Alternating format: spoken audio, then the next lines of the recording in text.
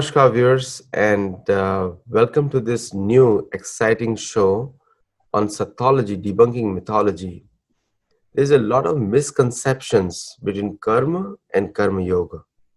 And as I put in my fifth book, Karma is a Bitch, you can check it out on Amazon. In that, I've mentioned all types of karma, akarma, vikarma, and karma yoga, and what is the difference. So, karma yoga is a concept which many people do not understand. First of all, whenever the word yoga is used, it automatically becomes spiritual.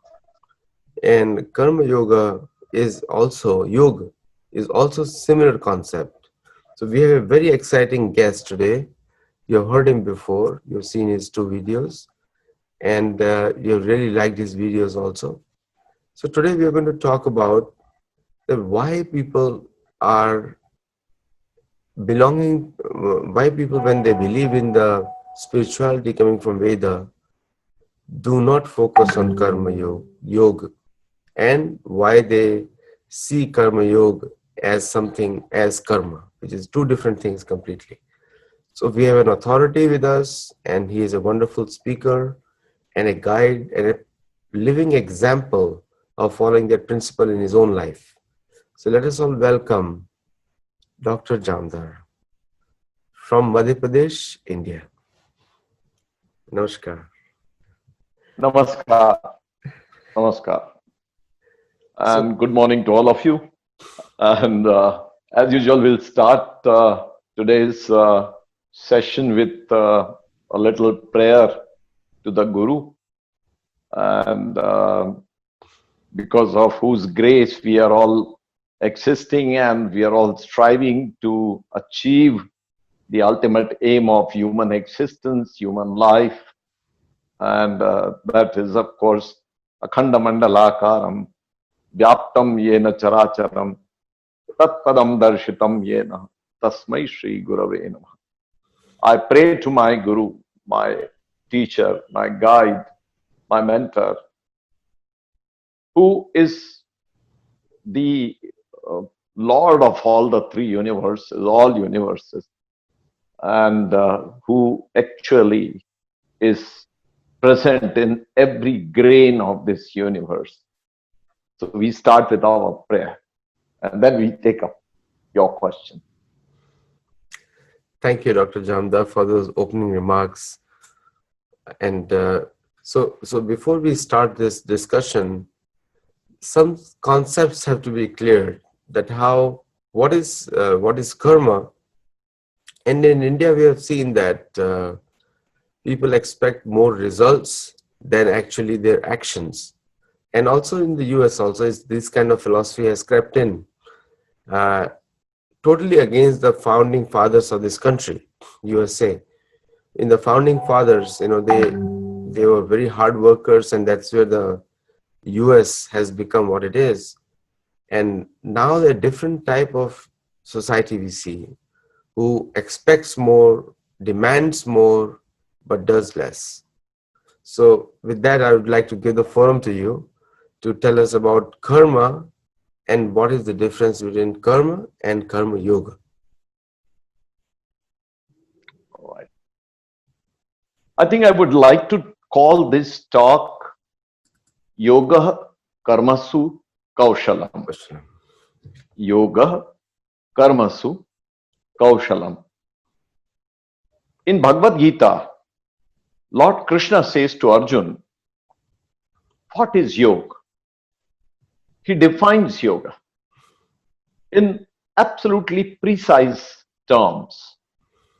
He says, yoga is karmasu kaushalam, which means that whatever you do, if you do it with perfection, it is yoga. There cannot be a simpler definition of karma, and there cannot be a simpler definition of yoga. So when we talk about karma and karma yoga, we are actually talking about how to rise beyond yourself through karma. And if you know what is karma, see, very simply, if you define karma or put it in one word, it is action. Karma is action. Action can be of various types, and we can actually go into the details, and I'm sure you mentioned it in details in your book also. And it has been defined in different ways, prarabdha karma, and uh, uh, all kinds of karma that we are talking about. But ultimately, karma is action, to do something. And karma yoga is to attain the enlightenment through your action. I would like to take you to Srimad Bhagavad Gita once again, where Bhagavan Krishna, Lord Krishna, is talking to Arjun. I'm sure most of the people who are listening at the moment are aware of the background of Srimad Bhagavad Gita. They are standing on the war field, they are standing on the war ground, battleground. Both sides, their soldiers ready to fight.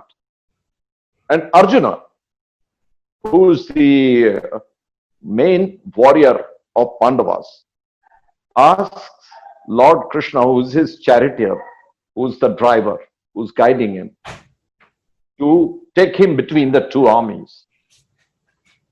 And when the two of them go between the two armies, the Pandavas on one side, the Kauravas on one side, and Arjuna sees the other army, the opposite army, and he sees his cousins and all his relatives and all his friends with whom he played as a child, his grandfather, his great-grandfather, his teacher, everybody is standing on the other side.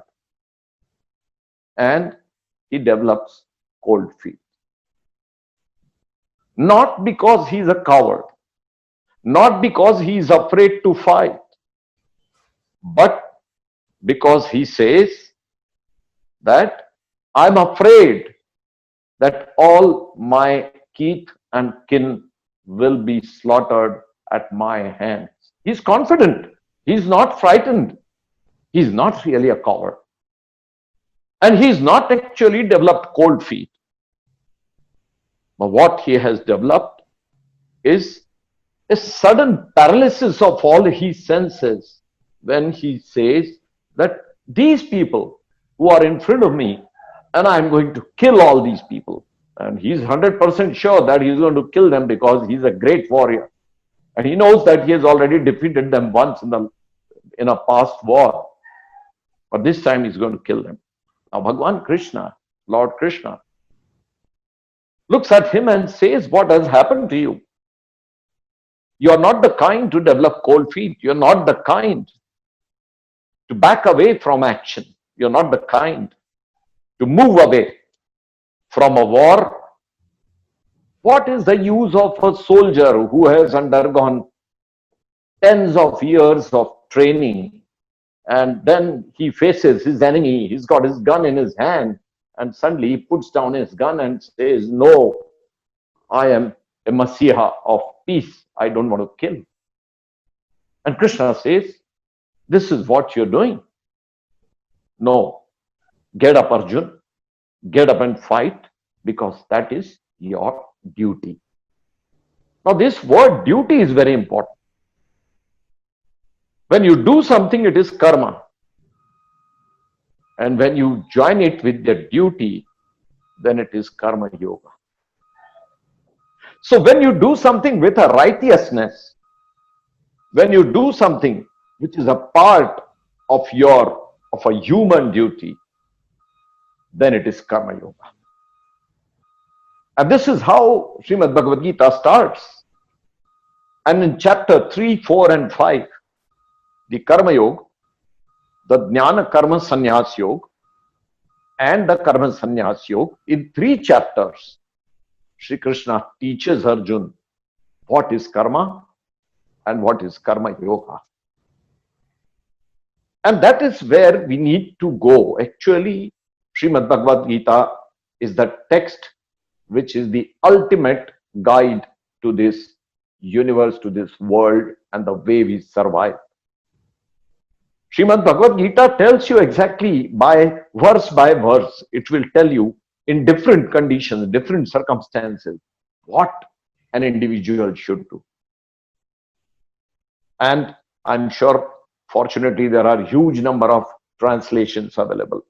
And the Karma Yoga, of course, was very clearly defined by Swami Vivekananda way back in 1893, 94, 95 in America, when he spoke on Karma Yoga, which was published in the form of a book called Karma Yoga.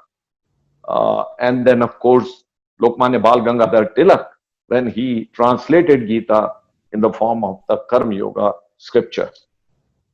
So let's look at what is karma.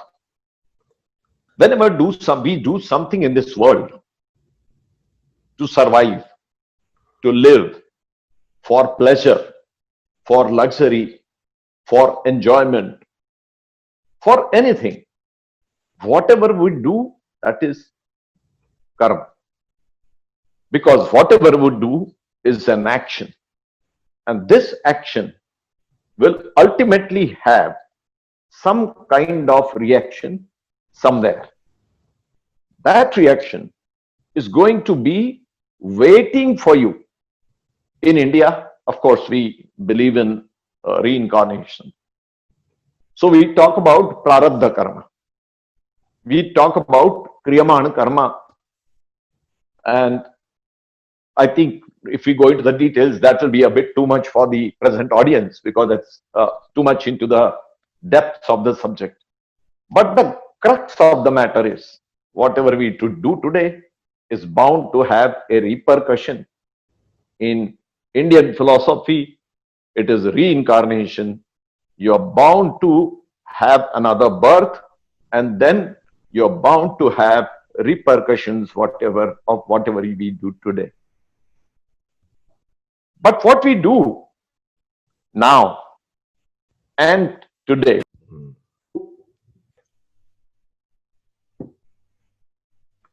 sorry, did we stop recording for a while? No, continue. So what we do today? Okay. Yeah. We were talking about what we do today has two clear-cut objectives attached to it. One objective is that I am doing it for myself. I'm doing it for my own good, for my family's good. I want to earn money. I want to earn fame. I want to earn all kinds of luxuries. I want to make my life comfortable. And therefore, I do something to earn, to make my life comfortable. That is primarily a vasana-oriented karma. A vasana-oriented karma. And what is vasana? And what is kamana? Now, vasana and kamana are basically two sides of a coin. Kamana is to desire certain things. Vasana is to desire something in such extreme that you are willing to do anything for it. And both of these put together. Now, for example, if you are working, you want a car, you got one car, you want another car, you got another car, you want a third, you want a Rolls Royce, you want a Jaguar, you want maybe a private jet, you want a yacht, and all these things. To get all these things, what you do is a karma which is driven by vasana or kama.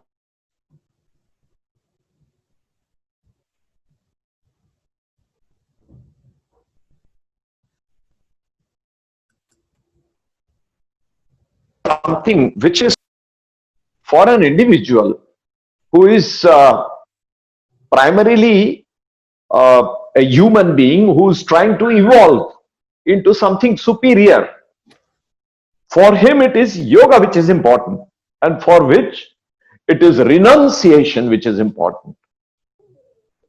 There is a story of this sculptor.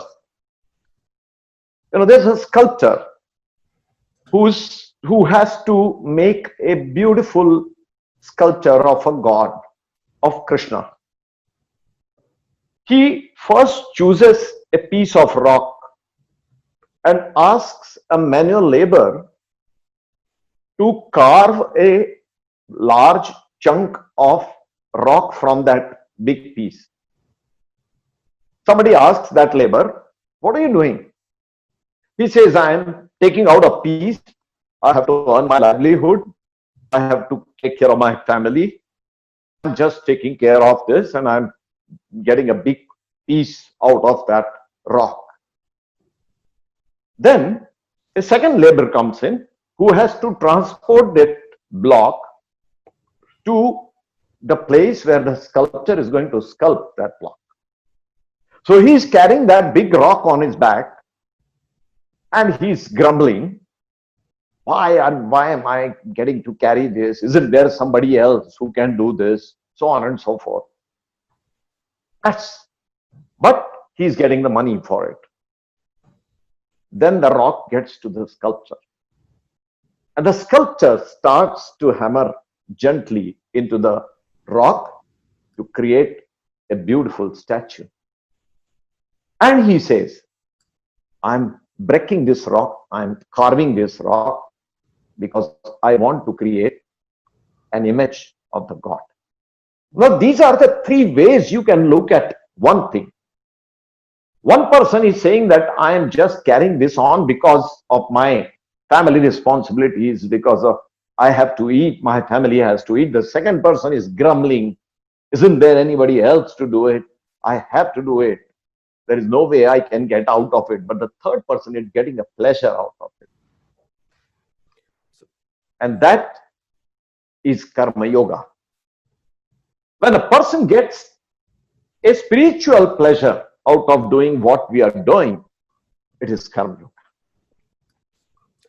So, Dr. Jamdar, what you have explained looks very difficult to the Western audience, and today also to the Indian audience also.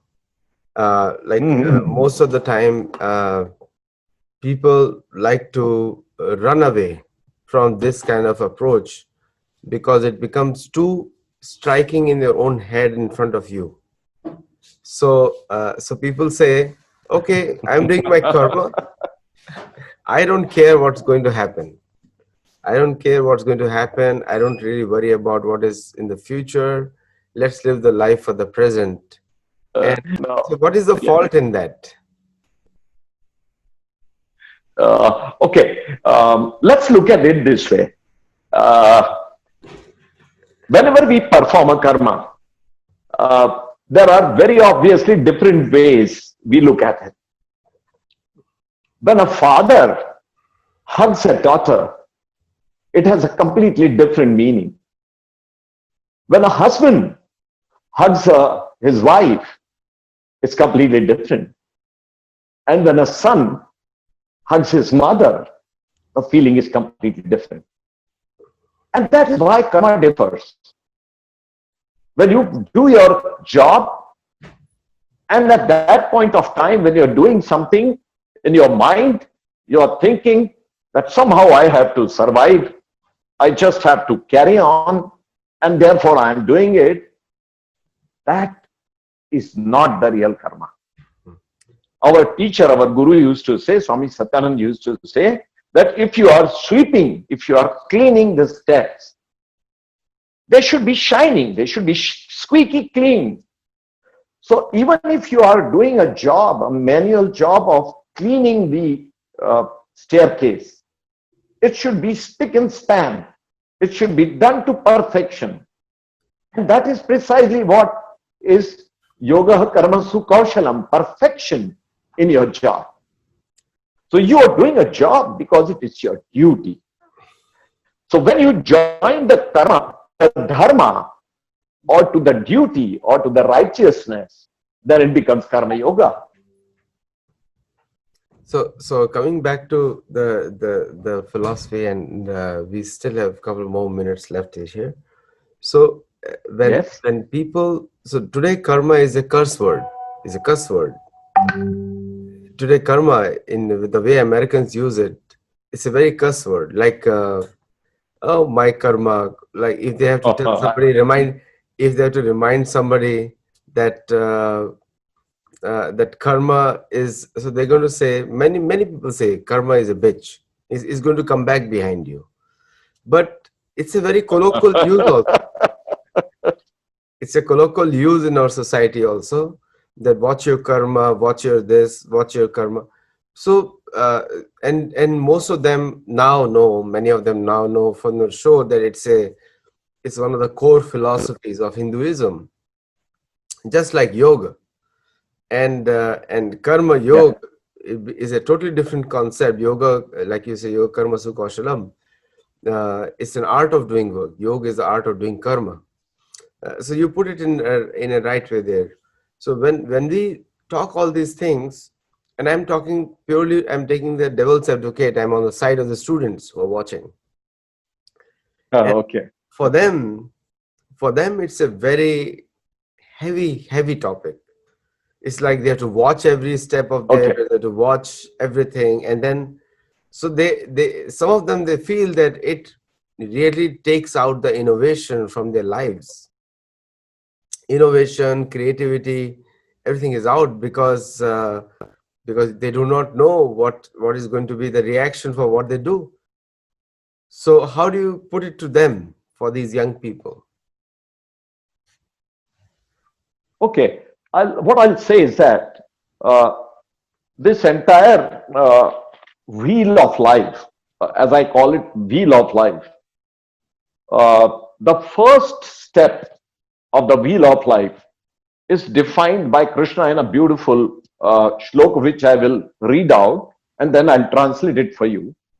Yoginah karma kurvanti sangam tyaktva atma shuddhaye. Now, this word is very important, atma shuddhaye.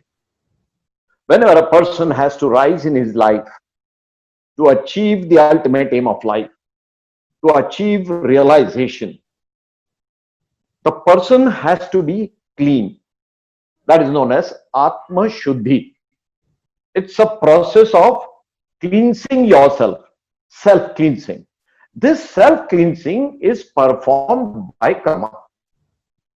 And this karma also has to be a very specific type of karma. You can do anything. Say, for example, I'll give you another example of a soldier. If somebody takes a gun in his city, for example, if you are in New York and you pull out a gun and shoot a passerby, it's a crime. You will probably land in jail. You'll probably be 20 years in jail.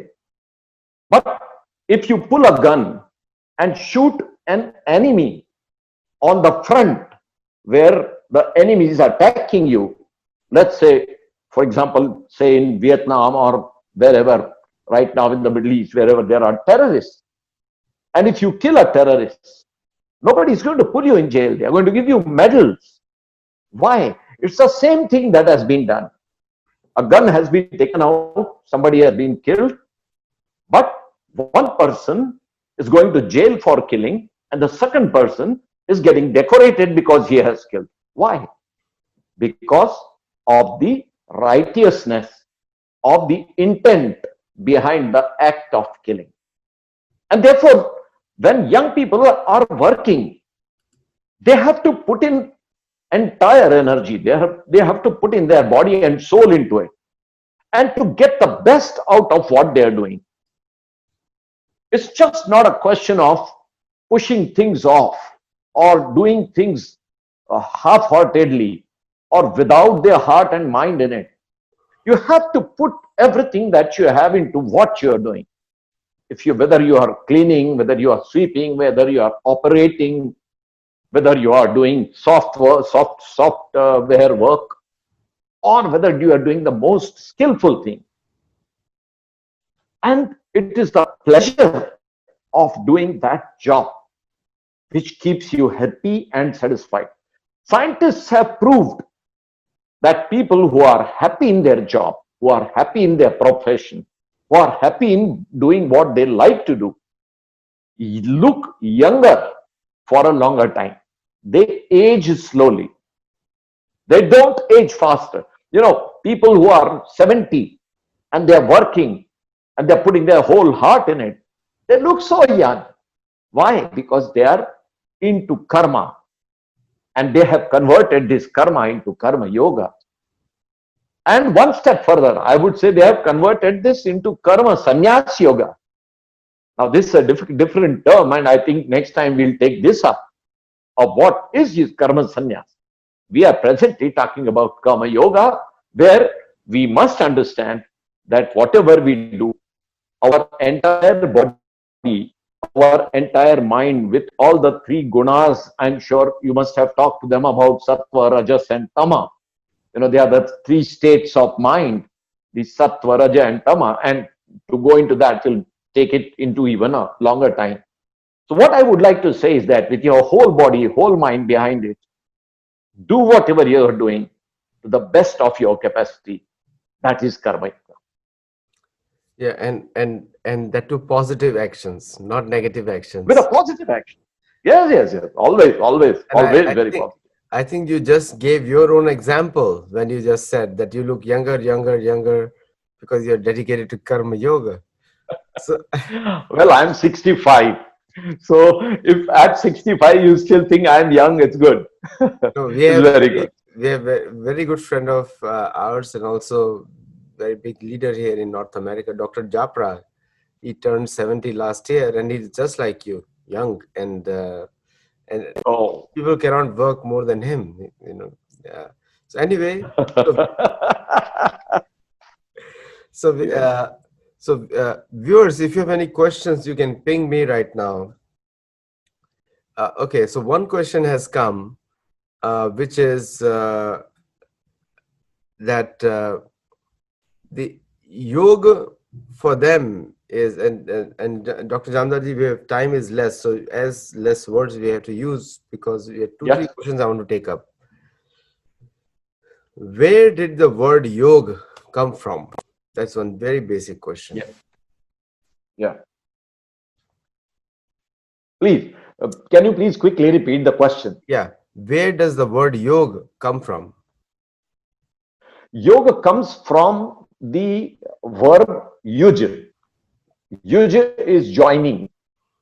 To join two things together is yoga. That's very simple. And it has been popularized by Srimad Bhagavad Gita, where Sri Krishna talks about different kinds of yoga. So basically, yoga is joining you with me, joining me with the world, joining me with the God, joining me with myself. So joining is yoga. Another Yuj question. dhatu. Another question comes up. I will be very quick, Dr. Jamdar. Please forgive me. So, Yeah. another question is that why did only Indians believe in karma before the Westerners? I think the reason behind it is the theory of reincarnation. In the West, most of the people do not believe in reincarnation. However, I believe that a large number of scientists also now believe that there is a reincarnation. I'm sure everybody has read this book, Born Again, and the many masters, many lives. So the one who believes in reincarnation will definitely believe in karma. No, 40% Americans believe in reincarnation right now. 40%. Yeah, yeah. So And that's a big number now. and almost 12% Americans have tried or are regular, or so all categories do yoga. So that is makes up almost 40 million Americans doing yoga. That's a big number. That's the Big big number. number. And coming back Yeah, to there are five, there are almost like 2 million teachers of yoga today. 2 million in North yeah. America. Now That's right. coming back to one last question here, and then we'll end the show. This show, uh, where did how did India spread the teachings of yoga to the world? Very simple question, please. This audience. Through through yoga masters, through yoga masters at different times. Different great yogis traveled abroad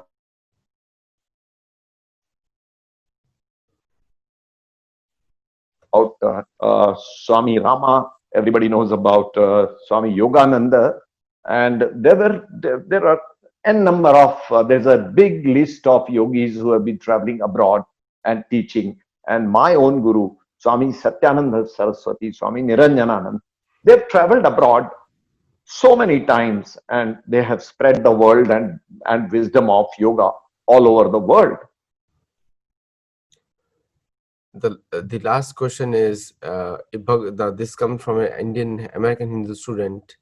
He says Yogeshwar is the god of yoga, and Adi Yogi is the master of yoga. There's one god of yoga, there's one master of yoga. So why did Shiva did not teach about yoga to everybody?